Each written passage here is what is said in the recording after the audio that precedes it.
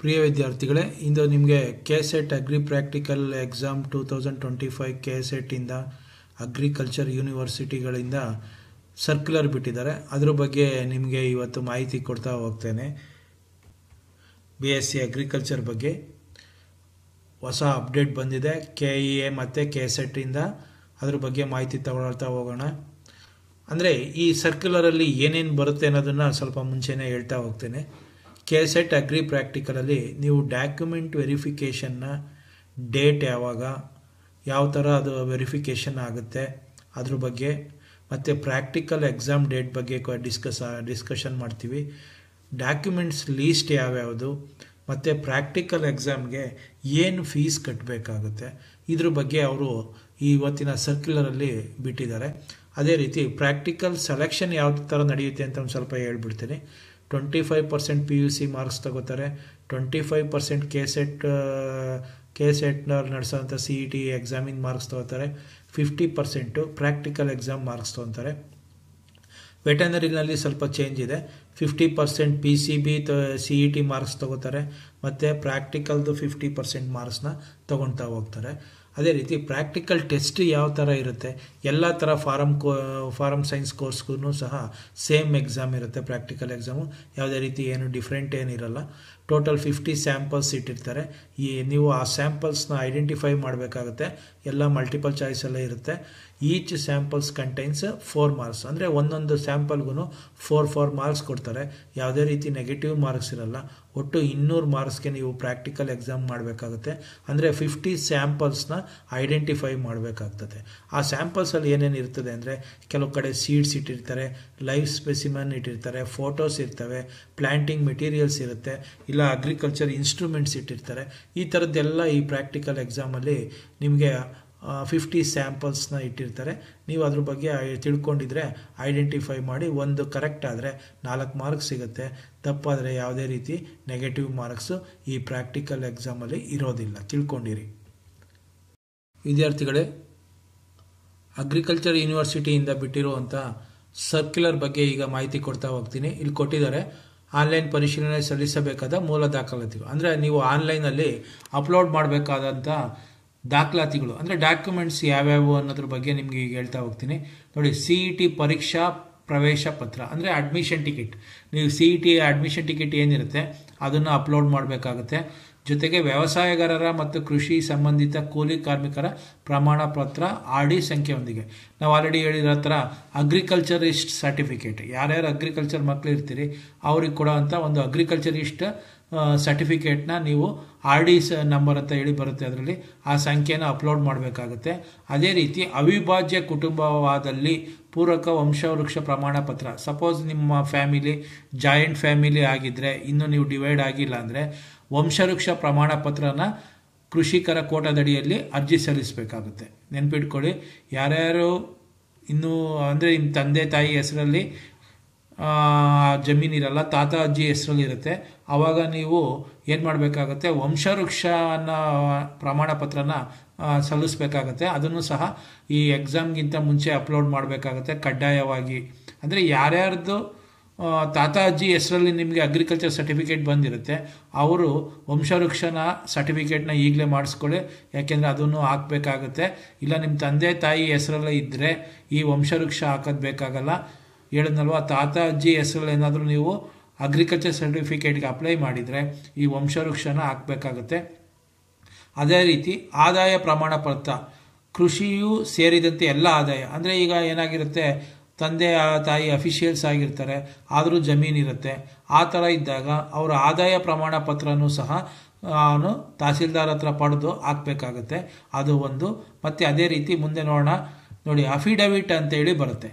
ಅಫಿಡವಿಟ್ನ ಕೊಡಬೇಕಾಗತ್ತೆ. ಈ ಅಫಿಡವಿಟ್ ನಾನು ಆಲ್ರೆಡಿ ಹೇಳಿದ್ದೀನಿ. ಅಂದರೆ ಫಸ್ಟ್ ಪಾರ್ಟಿ ಸ್ಟೂಡೆಂಟ್ ಆಗಿರ್ತಾನೆ. ಅಫಿಡವಿಟ್ ಅಂದರೆ ಒಂದು 100 ರೂಪಾಯಿ ಚಾಪಾ ಕಾಗದ ತಗೊಂಡು ಒಂದು ಮ್ಯಾಟ್ರು ಕೊಡ್ತಾರೆ. ಆ ಮ್ಯಾಟ್ರನ್ನು ನೀವು ಟೈಪ್ ಮಾಡಿಸ್ಬೇಕಾಗುತ್ತೆ. ನಾವು ಕೃಷಿಕರು ಅನ್ನೋ ಒಂದು ಒಂದು ಸರ್ಟಿಫೈ ಮಾಡಿಕೊಡ್ಬೇಕಾಗತ್ತೆ.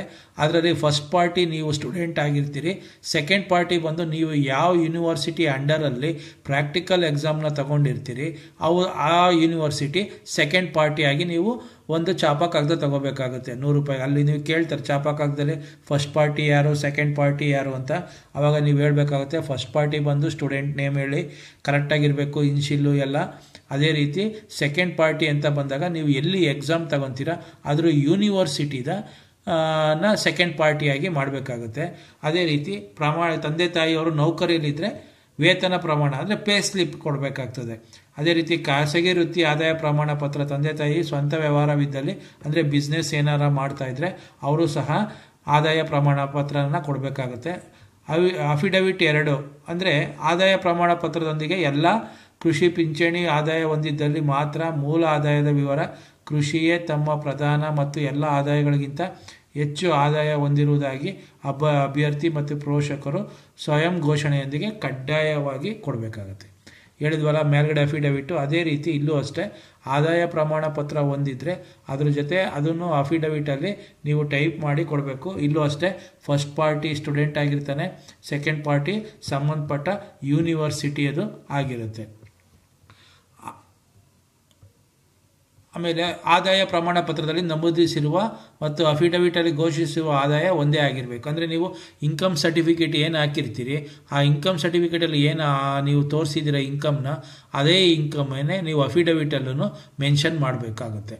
ಆಮೇಲೆ ಮೇಲಿನ ಎಲ್ಲ ದಾಖಲಾತಿಗಳು ಏಪ್ರಿಲ್ 24ರಿಂದ ಮಾರ್ಚ್ ನೋಡಿ, ಇದು ತುಂಬ ಇಂಪಾರ್ಟೆಂಟು. ಮೇಲಿನ ಎಲ್ಲ ದಾಖಲಾತಿ, ಈಗ ನಾನು ಏನೇನು ದಾಖಲಾತಿಗಳು ಹೇಳಿದ್ದೀನಿ ಅವೆಲ್ಲ ಏಪ್ರಿಲ್ 2024 ಮಾರ್ಚ್ 2025ವರೆಗೆ ಮಾನ್ಯವಾಗಿರಬೇಕು. ಅಂದರೆ ಅವೆಲ್ಲದು ಜಾತಿ ಪ್ರಮಾಣ ಪತ್ರ ಇರ್ಬೋದು, ಅಗ್ರಿಕಲ್ಚರ್ ಸರ್ಟಿಫಿಕೇಟ್ ಇರ್ಬೋದು, ಮತ್ತು ನಿಮ್ದೇನು ಇನ್ಕಮ್ ಸರ್ಟಿಫಿಕೇಟ್ ಇರ್ಬೋದು, ಅವೆಲ್ಲದು ಏನಾಗಿರುತ್ತೆ ಈ ಡೇಟಿನ ಒಳಗಡೆನೆ ಮಾಡಿಸಿರಬೇಕು. ಅಂದರೆ ಏಪ್ರಿಲ್ 2024 ಮಾರ್ಚ್ 2025 ಒಳಗಡೆನೆ ಇರಬೇಕಾಗುತ್ತೆ. ಅಫಿಡವಿಟ್ ಮತ್ತು 100 ರೂಪಾಯಿ ಆಗಿರುತ್ತೆ. ಅಂದರೆ 100 ರೂಪಾಯಿದು ಅಫಿಡವಿಟ್ ಒಂದು ತೊಗೊಂಡು ಆ ಎಲ್ಲದು ಮ್ಯಾಟ್ರನ್ನ ಟೈಪ್ ಮಾಡಿಸ್ಬೇಕಾಗುತ್ತೆ. ಆಲ್ರೆಡಿ ಹೇಳಿದ್ವಿ. ಈಗ ಫೀಸಿನ ವಿಷಯಕ್ಕೆ ಬರೋಣ.